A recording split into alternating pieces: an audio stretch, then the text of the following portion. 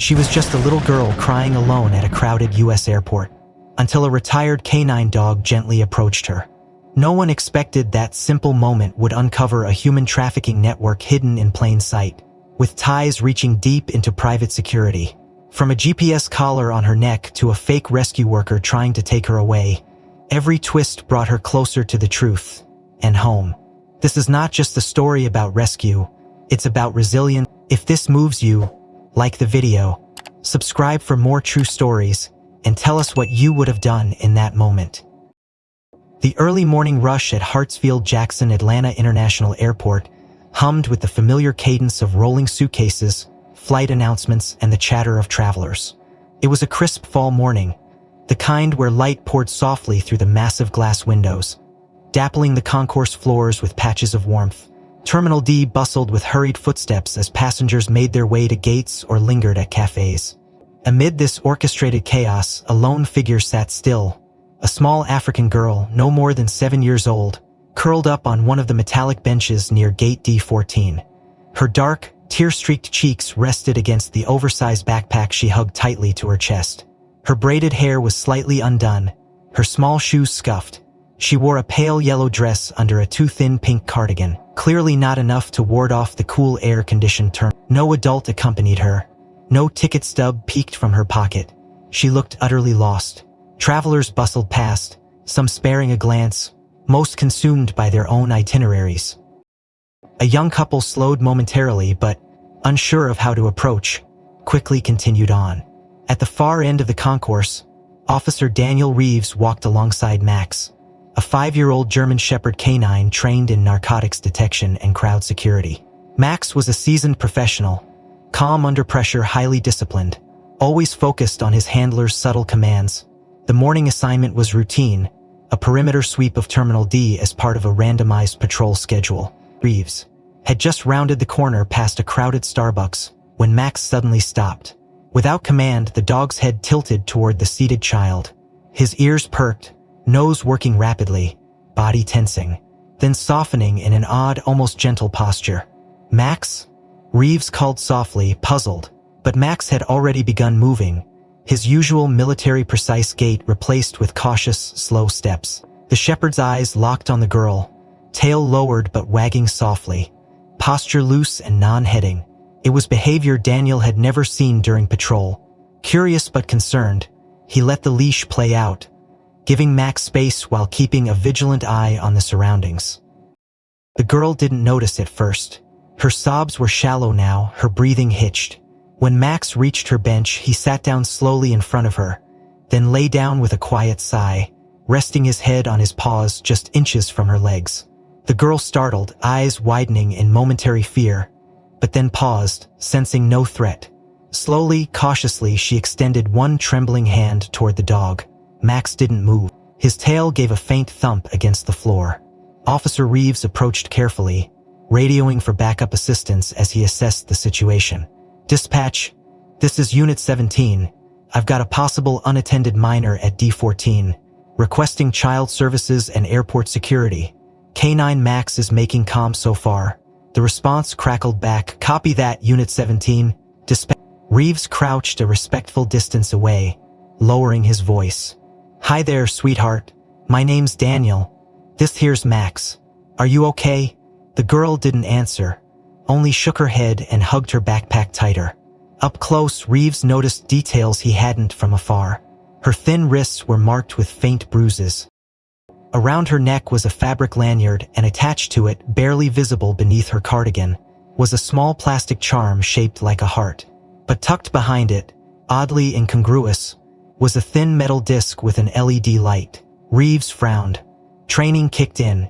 He reached gently with full verbal explanation and examined the object. A tracker, not a toy, a GPS tracking device, the kind often used in asset security or, in darker cases, human trafficking. His gut tightened. "Hey kiddo," he said gently, showing the badge clipped to his vest. "You're safe now, I promise. Can you tell me your name?" Her voice, when it finally emerged, was small and broken. Amara. Okay, Amara. That's a beautiful name." He kept his tone calm, steady. "Are you here with anyone? Your mom, dad, and aunt?" She shook her head again, fresh tears rolling silently. Max inched forward a little more. The child's fingers curled around the dog's fur as if anchoring herself to something solid. Daniel's heart clenched. This wasn't an accident. A child this young, alone in one of the busiest airports in the country, wearing a hidden tracker, it spoke of something deliberate, something sinister. Minutes later, airport security arrived along with a representative from Child Protective Services.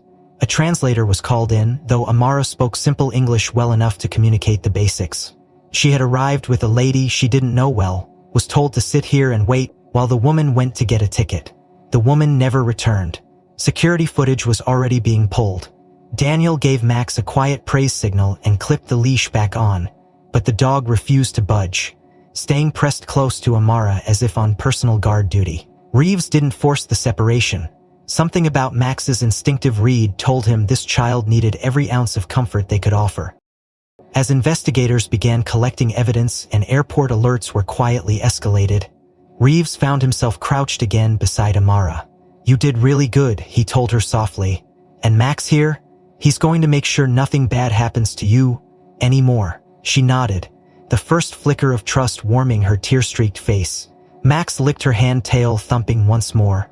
Daniel looked at his partner in quiet awe. Canine Max, a dog trained to detect drugs and intercept threats, had seen through the noise of a busy terminal and recognized something no human eye had caught. A silent cry for help. This was no ordinary morning patrol, and they were just getting started. Officer Daniel Reeves stood beside the bench at gate D14, watching as Max remained pressed close to Amara, his body language still calm but subtly alert.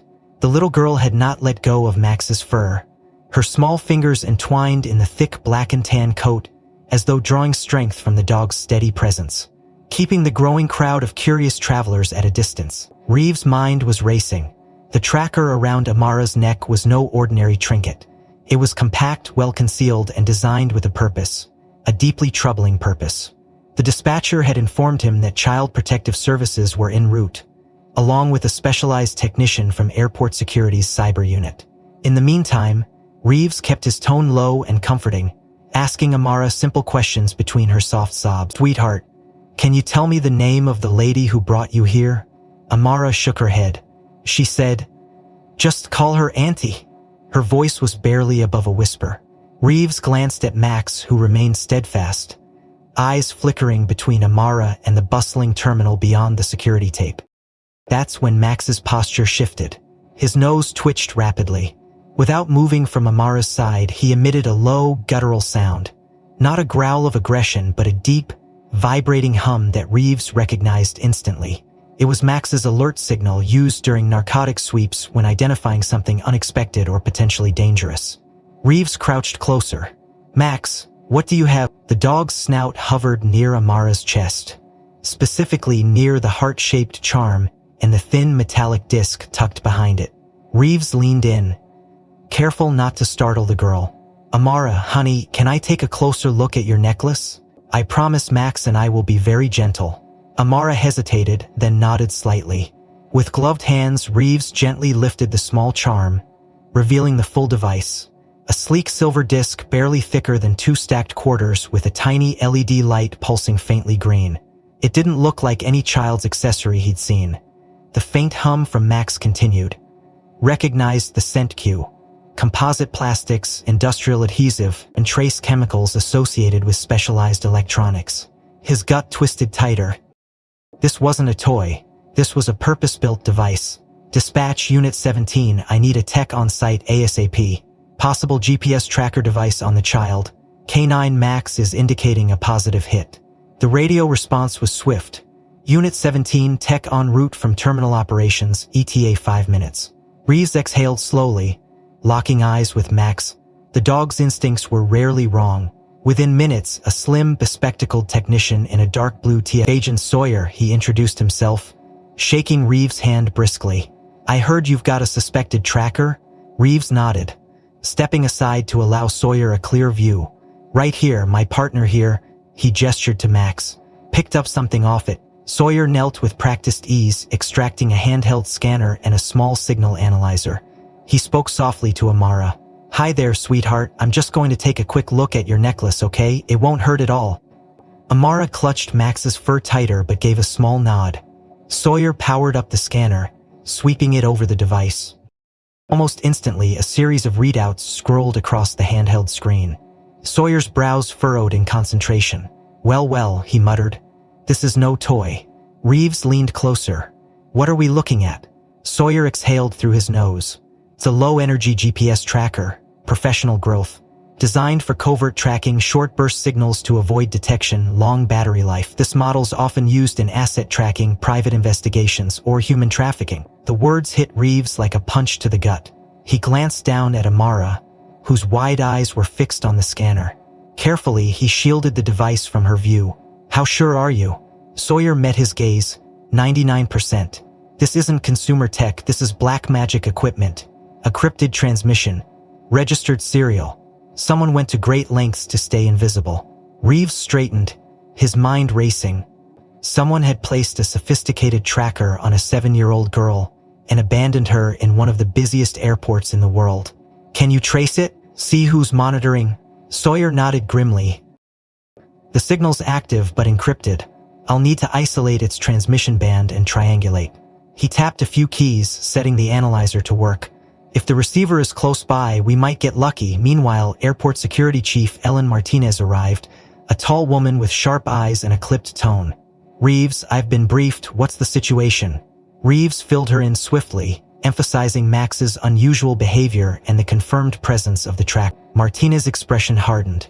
This is no accident. We're pulling every frame of security footage from this terminal. She turned to a nearby officer. Lock it down. No unescorted minors leave. Full sweep. Reeves returned his attention to Amara. Sweetheart, do you remember how you got here today? What car you were in or what the lady looked like? Amara's lip trembled. Reeves kept his voice gentle. You did the right thing. You're very brave. Max and we're here for you now. The girl's grip on Max tightened slightly. The German Shepherd remained calm, eyes flicking between her and the cluster of adults nearby.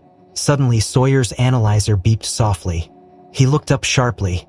Got something, signals strong, within 100 meters. Either someone's nearby monitoring, or they left a relay device in the terminal. Martinez's jaw clenched. Reeves, stay with the girl. I want your canine's instincts on this. Sawyer, run that trace. The rest of you, lock this terminal down tighter than Fort Knox. As the team dispersed, Reeves crouched again beside Max and Amara. The weight of the moment pressed heavy on his chest. Someone out there had eyes on this child, and they might be closer than anyone realized. Security Chief Ellen Martinez wasted no time. The order to lock down Terminal D had triggered a well-drilled sequence of responses. Surveillance technicians were already scrubbing through hours of video footage from every angle of the concourse, ticket counters, entrances, and restrooms. Officer Daniel Reeves remained stationed with Max and Amara near the temporary child services holding area, where a small corner had been cordoned off to give the girls some sense of safety. Max lay curled at her side, his broad frame a living shield between her and the world. Amara, though still visibly shaken, had relaxed slightly, her fingers occasionally stroking the thick fur along Max's neck. Agent Sawyer continued working with the signal trace from the GPS tracker, while another technician from Airport Cybersecurity dismantled the device for further analysis. Martinez approached Reeves with a tablet in hand, her expression grim. You've got something, she said. Footage from the main entrance about 90 minutes ago. She tapped the screen. The grainy video showed a tall woman with short platinum blonde hair, dressed in a sleek black trench coat and oversized sunglasses, entering the terminal with Amara in tow. The child clung to the woman's hand, her steps hesitant. The timestamp matched the window when Amara was likely brought into the building. Martinez fast-forwarded the footage. The woman led Amara toward the ticketing area, pausing briefly to check a phone, then moved purposefully through the crowd toward the central atrium near the restrooms. Another clip showed the woman guiding Amara to a bench near gate D14, the same bench where Reeves had found. She leaned down, spoke to the girl for several seconds, then glanced around. Her body language was calculated, almost rehearsed. After a final pat on Amara's shoulder, she walked briskly toward the nearest restroom. That was the last appearance of the platinum-haired woman. Martinez swiped through subsequent footage. She never came out, she said flatly. You've got 2 exits in that restroom. One leads back into the concourse. One connects to a restricted maintenance corridor. Both are under surveillance. Yet in all frames after the initial entry, the woman was conspicuously absent.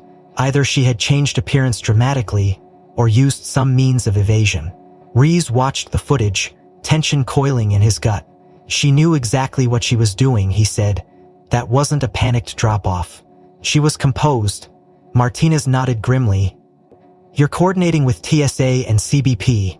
Facial recognition is running across national and international databases. No hits yet. We're also cross-referencing arrivals in the last 24 hours from European flights. Meanwhile, Child Protective Services had begun processing Amara's immediate needs. A social worker named Julia Lang approached with a thin stack of paperwork and a concerned frown. We've run initial checks, she told Reeves softly. Amara has no identification on her. No passport, no boarding pass, no documentation of any kind. She's not in the missing children database under this name or physical description. Reeves exhaled slowly. So she was planted here with intent. Lang nodded. That's our assessment. Whoever brought her here didn't intend to fly with her. They wanted her found, or wanted her delayed long enough for someone else to intervene. The implications hung heavily between them. Martinez's phone buzzed. She stepped aside, answered curtly, then returned. Update. Our security team found a discarded wig and clothing stuffed into an air vent in the maintenance corridor. We're pulling prints now. It looks like the woman used the restroom as a staging point to disappear. She handed the tablet to Sawyer, who was still monitoring signal traces. Can you cross-check the timing with the GPS activity? Sawyer tapped rapidly. Already did. The tracker went live approximately 2 minutes after Amara was seated on the bench. Whoever was monitoring her flipped the switch once she was in position. Reeves clenched his jaw. And they've likely been watching since. Martinez surveyed the concourse. We're expanding the perimeter search. If someone's here to retrieve her, or worse, we need to find them first. As technicians continued poring over footage, a grim pattern began to emerge. The woman had acted with clinical precision, likely trained. No haphazard movements, no lingering. The placement of the tracker indicated coordination with an external party. Amara herself remained a key piece of the puzzle. Reeves knelt beside her once more. Sweetheart, do you remember the lady's name? Did she say anything when she left? Amara shook her head slowly. She just said, wait here, be quiet. She said a nice family would come. Reeves swallowed hard. This wasn't a rescue attempt. It was a transfer, carefully orchestrated, with the expectation that another contact would collect the child. Martinez's voice broke through his thoughts. We've also confirmed no ticket purchases under the woman's description or matching Amara's name. They never intended to board a flight. The pieces aligned with chilling clarity. Amara had been brought into the terminal, deposited in a high-traffic area, tagged with a tracker, and abandoned with the expectation of pickup, likely for trafficking purposes. And now, with law enforcement disrupting the operation, whoever was on the other end would be improvising. For escalating, Chief Martinez paced in front of the operations hub hastily established near Gate D14. The air was thick with urgency. Surveillance footage still played on multiple screens, each angle offering a slightly different glimpse of the platinum blonde woman who had brought Amara into the terminal. TS agents were sweeping the maintenance corridor and nearby staff areas, while Reeves remained stationed with Amara and Max. The little girl had not left Max's side.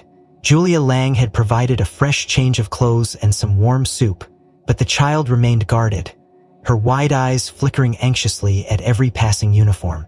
In the midst of this controlled chaos, a new development unfolded unexpectedly. A tall man in his mid-50s approached the cordoned area with an airport police officer. The man, an American businessman named Robert Kane, had voluntarily stepped forward after seeing the footage replayed on the monitors while waiting for his delayed flight. I know that woman, Kane said, his voice tense. I've seen her before, in Brussels about 6 months ago, airport lounge at Zaventem. She was being questioned by airport police. Martinez immediately led him aside for a more detailed interview. Kane continued, I do a lot of travel between the US and Europe for work. That time there was an incident, a group of Eastern European women detained with false documents.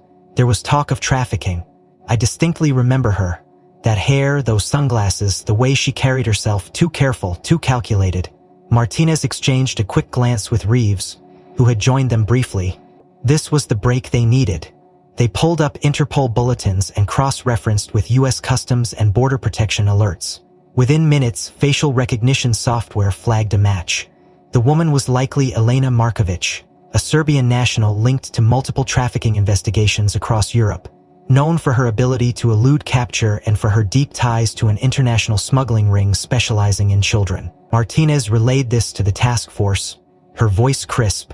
"We're dealing with a professional. Full alert status. No one fitting her updated profile leaves this airport without being flagged."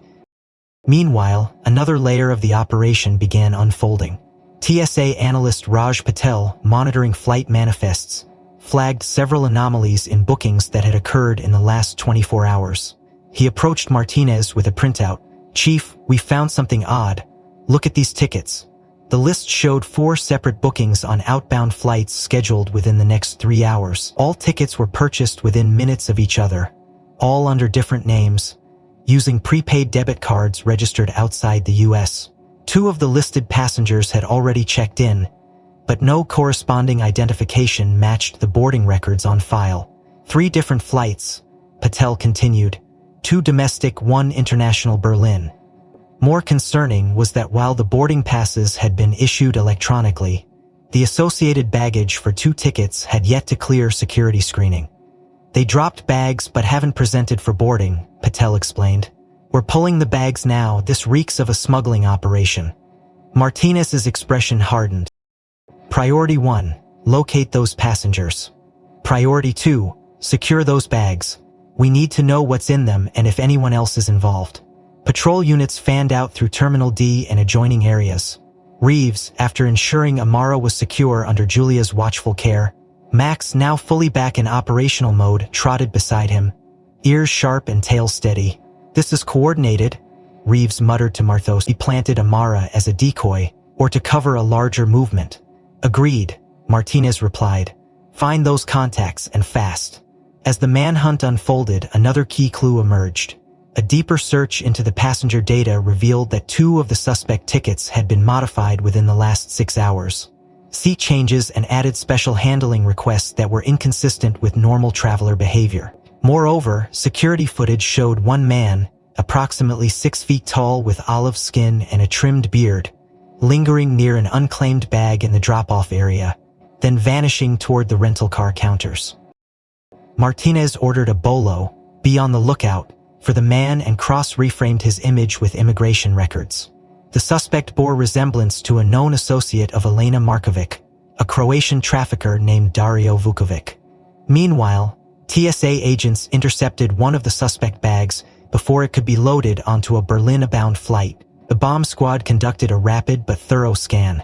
No explosives, but inside they found dozens of forged passports, SIM cards, prepaid debit cards, and, chillingly, several children's items, clothing, toys, and small blankets, all individually labeled with European first names. Martinez's jaw clenched. "They were moving multiple kids," she said to Reeves. "Amara might have been just the first wave or a backup if something else failed." Reeves felt the weight of her words. The patterns of organized trafficking rings were disturbingly methodical. Children were moved in layers, some openly with forged guardians, others smuggled in luggage or through third-party couriers. Elena's appearance here, combined with the tracker and the staged abandonment, suggested this operation was far more advanced than anyone had anticipated. Back at the operations hub, the team now worked to cross-register recognition out of the terminal. A final chilling note came in from a TSA screener. One additional piece of unclaimed luggage had just been flagged during a random secondary check. The tag on the bag listed a false identity already linked to the suspect bookings. As agents prepared to intercept it, Reeves kept scanning the crowd. Somewhere amid the swirling mass of travelers, someone else was waiting, watching, perhaps ready to adapt as the news. Max's head suddenly lifted, nose twitching. Reeves followed his gaze into the dense flow of passengers just beyond the security cordon. The discovery of the forged passports and children's items inside the unclaimed luggage had intensified the atmosphere across Terminal D. Chief Martinez ordered an immediate sweep of all public areas, including a discreet check of staff credentials. The presence of Elena Markovich and the suspected involvement of Dario Vukovic indicated that the trafficking cell might have embedded members or collaborators inside the airport itself. Officer Reeves remained near the concourse, moving carefully through the crowds with Max close to his side. Max had caught a faint scent trail amid the swirling noise and shifting bodies, and Reeves trusted his instincts implicitly. Meanwhile, TSA agents expanded their watchlist alerts across all terminals, feeding new data into facial recognition algorithms. At the same time, two seasoned airport security officers, Janet Collins and Miguel Alvarez, had taken position near the main children's play area, a small enclosed space located adjacent to Gate D22. The space was popular among families waiting for delayed flights, a fact that traffickers could exploit. Collins scanned the crowd meticulously. Her gaze paused on a man standing near the play area entrance. He wore a neon yellow vest and dark blue uniform shirt with an embroidered airport logo, complete with a security badge clipped to his chest. On the surface, he appeared legitimate, yet something felt off. His grooming was too polished, the badge looked freshly laminated, and his behavior was inconsistent. Rather than interacting with other staff or monitoring the area, he kept glancing over his shoulder and shifting positions. Most notably, his gaze lingered on the children entering and leaving the play space. Collins nudged Alvarez. "That guy," she said softly. "Vest and badge, but he doesn't fit. Too jittery." Alvarez keyed his radio discreetly. "Dispatch, we've got a possible impersonator near D22, children's area, requesting ID verification and uniform check." The dispatcher responded immediately. "Copy that. Stand by, backup en route." Collins approached the man with a practiced calm. "Excuse me, sir," she said in a friendly tone. "Routine badge check. Can I see your credentials, please?" The man stiffened. His eyes flickered with calculation. "Of course," he replied, reaching slowly toward his belt where an ID holder dangled. Collins noticed his grip tightening on the strap of his backpack. Before he could pull away, Alvarez stepped in close. "Let's do this over by the security station," he added casually. "Procedure." The man hesitated a beat too long, then, without warning, he bolted. Collins and Alvarez reacted instantly. Per surprise, four patrons scattered as the chase unfolded across the concourse. Reeves, hearing the commotion, intercepted the path with Max. "Max, go." The command was crisp. Max surged forward with trained precision, cutting across the man's trajectory. The suspect barely cleared the edge of a souvenir kiosk before Max lunged. The man struggled briefly, but Max's low growl stilled him. Backup officers arrived quickly, securing the area. Martinez joined them moments later. "Get him into holding," she ordered. "And that backpack, secure it immediately." TSA bomb squad and forensic techs moved in to examine the bag. Under the watchful eyes of the team, they opened it carefully. Inside was a chilling assortment, 3 additional GPS collars identical to the one found on Amara. Multiple vials of liquid labeled with pharmaceutical markings. Ketamine, midazolam, both known for their use as sedatives. There were also small syringes preloaded and concealed in falsifish containers, along with several blank birth certificates and a digital burner phone loaded with encrypted messaging apps. Martinez's expression darkened. "They weren't just moving one child," she said grimly. "This is systemic." Reeves scanned the scene, heart pounding. The man was now being questioned in a secure room, but initial record searches revealed no match to any official airport staff. The badge he carried was a sophisticated forgery, one designed to pass casual inspection but already flagged by the deeper credential scans now running through TSA databases. Martinez conferred with her team. "We've got Elena, Dario, now this guy," she said. "Who else is embedded here?" Collins returned with a critical update. "Fingerprint analysis just came back. The suspect's real name is Viktor Petrovic, Serbian national, linked to several child smuggling cases across Eastern Europe. Interpol red notice issued 6 months ago." The noose was tightening, yet the full extent of the operation remained uncertain. More players could be inside the airport. More children might still be at risk. And someone was orchestrating it all with frightening precision. Reeves exchanged a glance with Max. The German shepherd's gaze remained fixed, ears high, nose twitching. He sensed it too. The hunt was far from over. The capture of Viktor Petrovich had accelerated the urgency across all airport security units. His fake credentials, the sedatives, and the identical GPS collars confirmed that Amara had been only one part of a much broader trafficking mechanism already in motion. Chief Martinez doubled the number of active patrols across Terminal D and temporarily closed the adjacent corridors under the guise of a routine security sweep to avoid mass panic. Officer Reeves remained stationed near Amara, who was now relocated to a secure family room near the administrative wing of the terminal, where she could rest under the watch of CPS agent Julia Lang. Max stayed beside her, calm but watchful, his senses fully attuned to any shift in her environment. Surveillance operators kept constant watch on the room via closed-circuit feeds. Yet even as security tightened, the network they faced adapted with disturbing agility. At approximately 11:47 a.m., within 15 minutes of Victor's arrest, multiple incidents began unfolding in rapid succession. A woman in her 40s screamed near the terminal cafe, claiming her purse had been stolen. Seconds later, a loud crash echoed from the newsstand across the concourse as a young man collapsed dramatically, knocking over a display shelf and spilling magazines everywhere. While responding officers rushed to control the commotion, another passenger began shouting at airline staff over a supposedly lost boarding pass, demanding immediate assistance at the main desk. On the surface, these appeared to be unconnected disruptions, minor, chaotic moments in the usual rhythm of airport life. But something in their timing, their placement, and their exaggerated reactions set off quiet alarms in Martinez's mind. "It's a decoy pattern," she said sharply, turning to Alvarez at the operations hub. "Staggered timing, high visibility. They're pulling attention away from something else." Alvarez nodded, pulling up the live camera grids. "Let's check feeds near the secure wing," he said, eyes scanning multiple displays. On the fourth screen, a figure caught his eye. There, zoom in on camera 12B, South Corridor. The camera showed a woman in a navy coat, her hood partially obscuring her face, walking at a quick but non-suspicious pace toward the family services area. At first glance, she could have been mistaken for a staff member or relative, but as the feed enhanced, Martinez spotted a small, critical detail: a dark band on the woman's left wrist, a tracker scanner device, similar to those used to confirm tag signals. "She's one of them," Martinez said, voice low and focused. "She's moving toward Amara."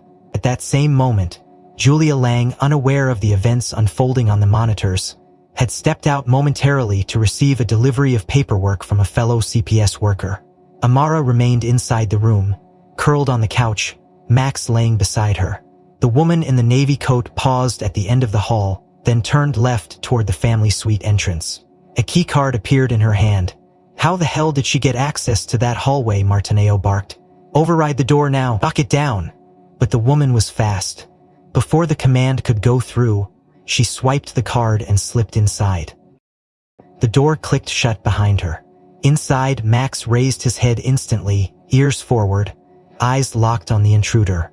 The woman spoke gently. "Amara, I'm here to take you to your new home. Come with me, sweetheart, it's okay now." Amara, startled, looked up but didn't move. "Who are you?" she whispered. The woman's smile didn't reach her eyes.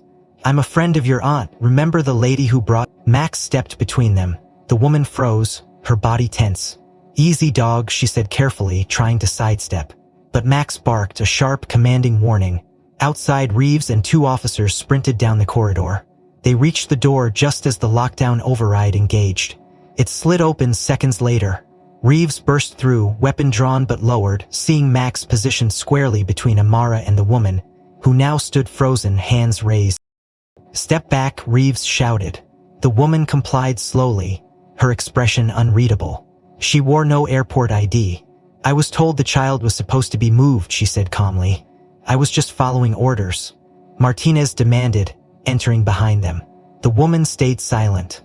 Officers cuffed her and removed a small scanner from her jacket pocket, along with a phone that was already wiped. Amara clung to Max once more, tears streaming down her cheeks. The woman was escorted out without resistance, but the damage was done.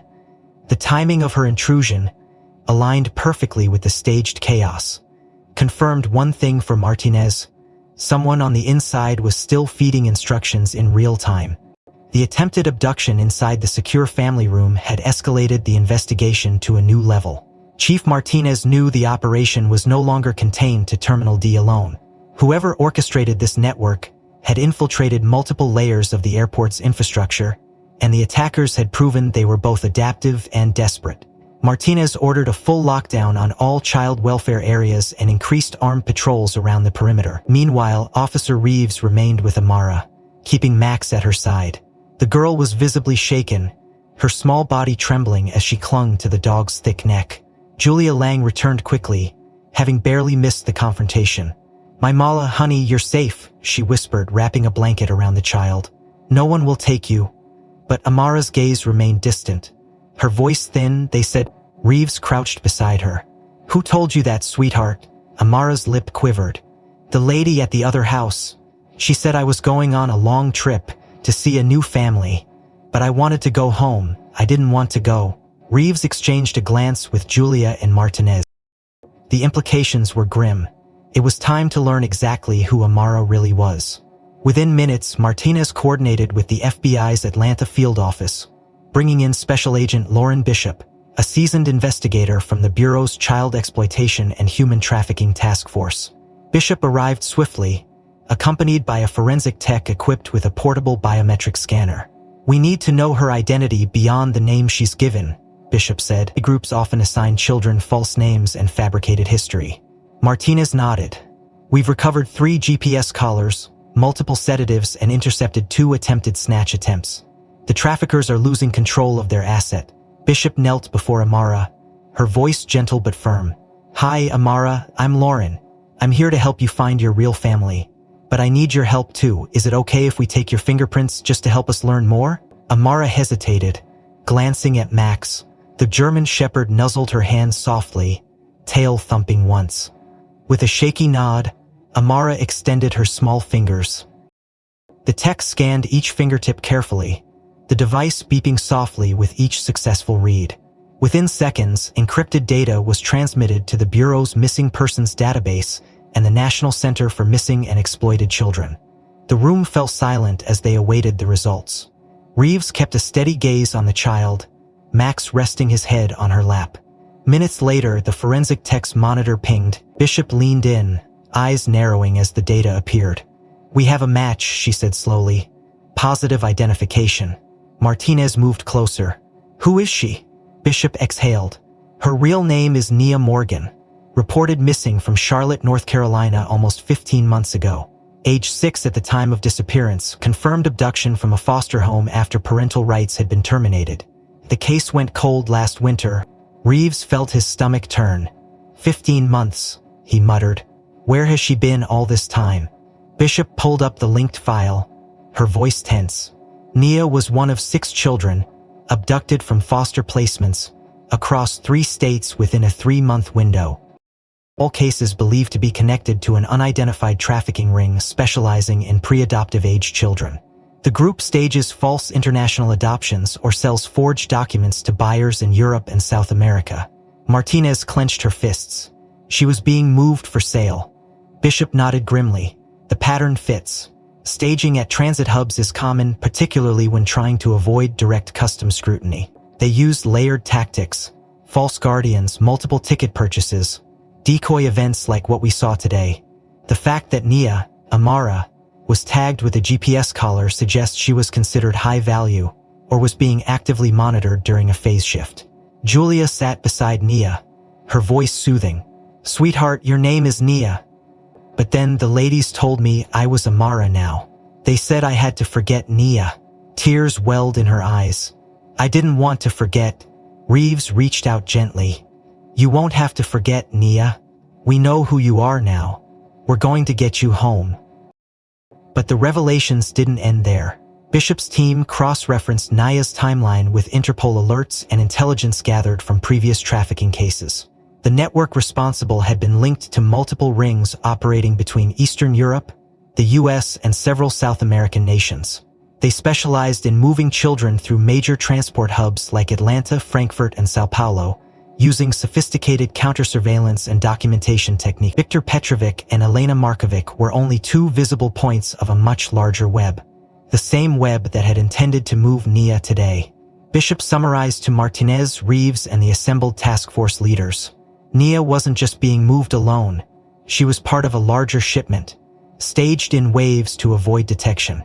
The presence of additional GPS collars suggests at least 3 other children were slated to be moved through this terminal or others today. Martinez's jaw tightened. We need to find those kids, now. But as she spoke, an urgent message came through from the surveillance team monitoring Terminal C. A potential new lead had just been spotted, moving toward baggage claim. The new lead from Terminal C set every available unit into motion. Surveillance operators had flagged a man moving swiftly toward baggage claim, his behavior matching previous trafficker patterns. Bishop and Martinez coordinated the intercept while Reeves remained with Nia in the secure room. Max stayed glued to her side, his body language calm but coiled, fully aware of the heightened tension in the air. Meanwhile, the processing of recovered data from Viktor Petrovic's burner phone yielded new intelligence. Several encrypted messages referenced a pickup, scheduled within the hour, accompanied by coded instructions for identity presentation and credentials. The term safe family representation was repeated multiple times, implying the traffickers had planned a staged handoff to law enforcement or social services should their main operation be compromised. Minutes later, a man arrived at the airport's family services checkpoint, claiming to be Nia's legal guardian. He presented a polished ID badge from a well-known national child advocacy group and carried a manila folder of supposedly official custody paperwork. The man, mid-30s, clean-cut, with a calm professional demeanor, introduced himself to the desk agent as Paul Renner. We were notified by the state regarding a recovered missing child, he said smoothly. We're here to take custody under emergency placement authority. The timing was suspicious. Bishop and Martinez were notified immediately. Surveillance cross-referenced Renner's approach with external feeds. He had arrived alone through a side service entrance, using a badge swipe that had not been registered through normal access protocols. Martinez dispatched Reeves and Max to the checkpoint with 2 backup officers. We have an attempted extraction in play, she said firmly. Proceed with caution. Reeves arrived seconds later. Max's posture stiffened the moment they approached Renner. The German shepherd's nose twitched rapidly, ears locking forward. Sir, I'm Officer Reeves with Atlanta PD, Reeves said evenly. I'll need to verify your credentials and your paperwork. Renner remained composed. Of course, officer. I understand this is a sensitive case. The child's safety is paramount. He handed over the documents without hesitation. Meanwhile, Max moved closer, circling slightly before pausing directly beside Renner's leather satchel. His body tensed, nose pressing firmly against the bag. Then came the unmistakable low growl, the alert signal. Max, heel, Reeves commanded, though his gaze never left Renner. Max returned to position but remained visibly agitated. Eyes locked on the man. Sir, I'm going to ask you to step aside with us for further questioning, Reeves said firmly. Renner's mask cracked momentarily, a flicker of uncertainty in his eyes. I'm here under official capacity.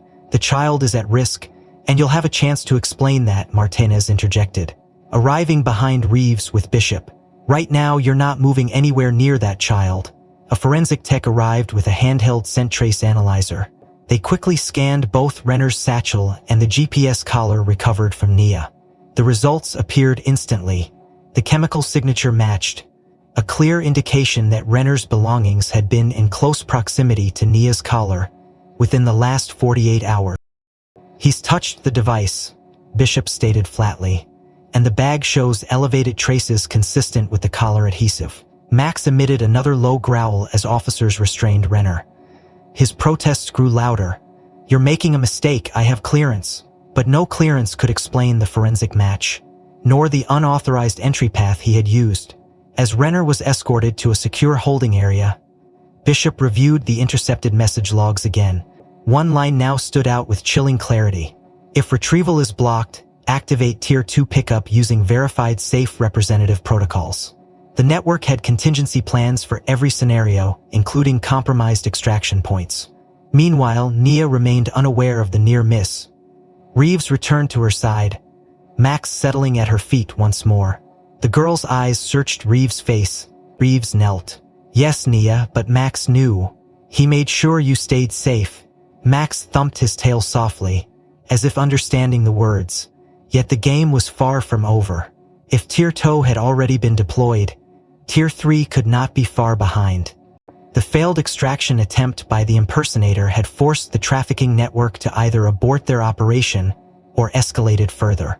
Chief Martinez convened an emergency tactical meeting with FBI Agent Bishop, Officer Reeves, and key members of airport security. The message was clear. They needed to locate the source of the operation and neutralize it before another attempt endangered Nia or any other child. Meanwhile, forensic teams continued deep analysis of the GPS collars.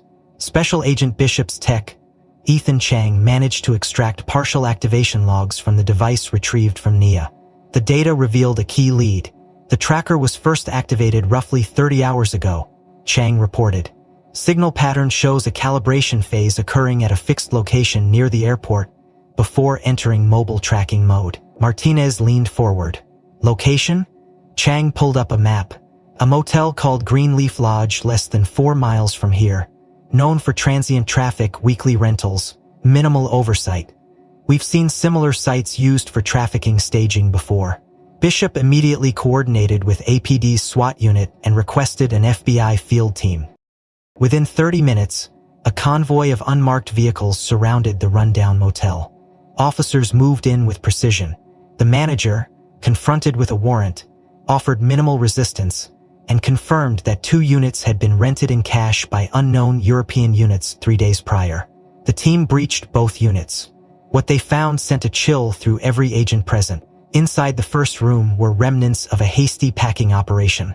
Discarded packaging for tracking devices, printed labels in multiple languages, and blank adoption certificates. More damning was a wall-mounted whiteboard listing children's names, ages, and physical descriptions. Nia's real name, Nia Morgan, appeared near the top, along with 4 other names marked with various status indicators such as in transit, pending pickup, or delayed. In the second room, they recovered additional sedatives, 3 more prepped GPS collars, and a secure laptop. A rapid forensic sweep by the FBI cyber team began immediately. "We've got comms traffic," Bishop said grimly. Encrypted signal routed through a VPN, but originating from inside airport network infrastructure. Someone on the inside is coordinating these movements. That revelation triggered a second line of investigation. Bishop requested a full audit of airport access logs, surveillance feeds, and contract personnel with elevated security privileges. The search quickly narrowed. A troubling anomaly emerged. Network activity linked the encrypted laptop traffic to an internal subnet used exclusively by Falcon Gate Security Services, a private firm contracted by the airport for advanced screening and perimeter protection. Falcon Gate had a solid reputation on paper, but further digging by Martinez's intelligence officer revealed that one of their senior regional directors, Thomas Granger, had extensive overseas connections, including flagged transactions linked to shell companies operating out of Eastern Europe. Granger's ID had also been used to authorize the swipe access that allowed the false family services representative to enter the restricted area earlier that morning. "Granger's fingerprints are all over this," Martinez said coldly. "He's the one feeding information and authorizing movement inside the airport." Bishop nodded. "He fits the profile, a figure with legitimate access, deep operational knowledge, and motive. He's likely been running this cell from behind the firewall." They moved quickly. Surveillance teams located Granger inside Falcon Gate's main operations center in Terminal B. SWAT units positioned for a rapid entry. As they prepared to move, Chang recovered chat logs from the motel laptop indicating Granger had scheduled a final sweep and cleanup for that afternoon. Clear intent to destroy evidence and possibly target Nia again. The clock was ticking. Reeves readied Max as the tactical team moved in. The raid on Falcon Gate's operations center unfolded with flawless precision. SWAT units moved swiftly, detaining Thomas Granger and seizing his workstations and communication devices. Granger had attempted to destroy key files, but forensic teams recovered enough intact data to expose the full scope of his involvement. Encrypted chat logs, financial transactions, and access authorizations revealed that Granger had operated as a central node for at least 3 international trafficking cells, using his security clearance to enable movement through airports across the southeastern United States. Meanwhile, back in the secure family room, Officer Reeves, Max, and Agent Bishop shared the news with Nia. "We found the man who was trying to hurt you," Reeves said gently. "You can't reach you now." Nia's grip on Max tightened. "Am I going home?" she asked softly. Julia Lang smiled through tears. "Yes, sweetheart. We're going to bring your family to you." The FBI's Missing Child Recovery Unit had already contacted Nia's biological aunt, Olivia Morgan, in Charlotte. Olivia had never given up hope, working tirelessly with local police and the National Center for Missing and Exploited Children. When she received the call, she dropped everything and drove through the night toward Atlanta. Hours later, under the soft glow of terminal lights, Olivia arrived at the family suite, escorted by FBI agents. The moment Nia saw her aunt's face, recognition sparked through the fear and uncertainty that had shadowed her young eyes for so long. "Can't live," she cried, leaping into Olivia's arms. Tears flowed freely as Olivia held her niece close. "I missed you so much, baby. You're safe now. You're safe." Reeves, standing nearby, felt his throat tighten. Max wagged his tail slowly, pressing against Nia's side as if to reassure her that the nightmare was finally over. In the days that followed, the investigation expanded dramatically. Analysis of Granger's seized devices led to the identification of 3 additional trafficking networks operating through airports in Miami, Chicago, and Dallas. The FBI coordinated simultaneous raids with Homeland Security and Europol. Within a week, more than 24 traffickers were arrested, and 12 missing children were rescued, including 3 from the same list found at the Greenleaf Lodge. The successful dismantling of these rings sent shockwaves through the criminal underworld and reinforced the importance of interagency cooperation and relentless investigation. Back in Atlanta, Nia began her recovery journey. Olivia worked closely with trauma counselors and child advocacy specialists to ensure Nia received the care she needed. Throughout it all, one figure remained constant: Max. The German Shepherd had formed an unbreakable bond with Nia during the ordeal. Thought of separating them weighed heavily on everyone involved.